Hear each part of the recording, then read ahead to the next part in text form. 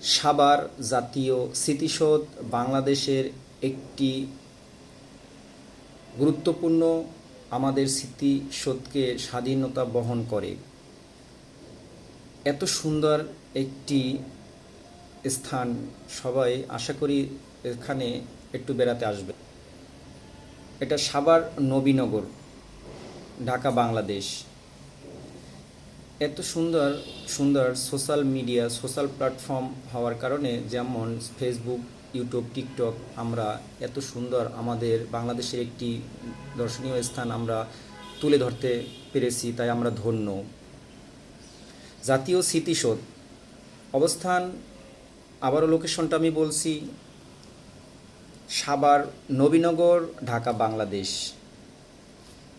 এখানে হাজার হাজার মানুষ প্রতি শুক্রবার জড়ো হয়, হাজার হাজার মানুষ।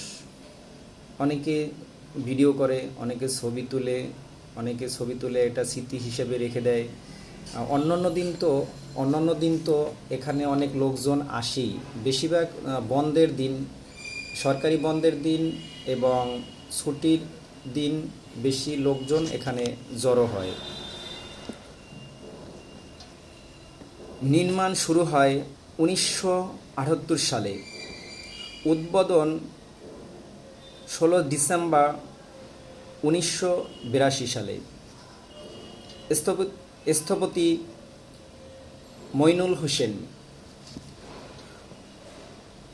জাতীয় স্মৃতিসৌধের উচ্চতা, মূল স্তম্ভের উচ্চতা প্রায় 150 ফিট, 45.7 মিটার, অনেক উঁচা।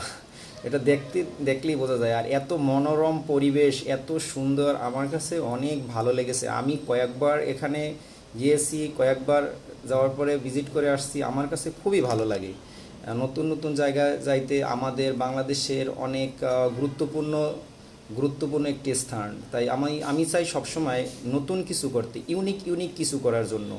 নতুন নতুন জায়গায় যাব, ভালো কিছু দেখব, আমার মনটা ফ্রেশ হয়ে যায়। অর্থবোধ, 60টি ত্রিভুজ প্রকৃতি করে 1952 সালের ভাষা আন্দোলন থেকে শুরু করে 1971 সালের মুক্তিযুদ্ধ পর্যন্ত বাঙালি 60টি গুরুত্বপূর্ণ আন্দোলনকে এই স্মৃতিসৌধের মাধ্যমে ফুটিয়ে তোলা হয়। এটা আমাদের বাঙালি জাতির একটি গৌরব। 60টি পিলার আছে, 60টি পিলারে 60টি গুরুত্বপূর্ণ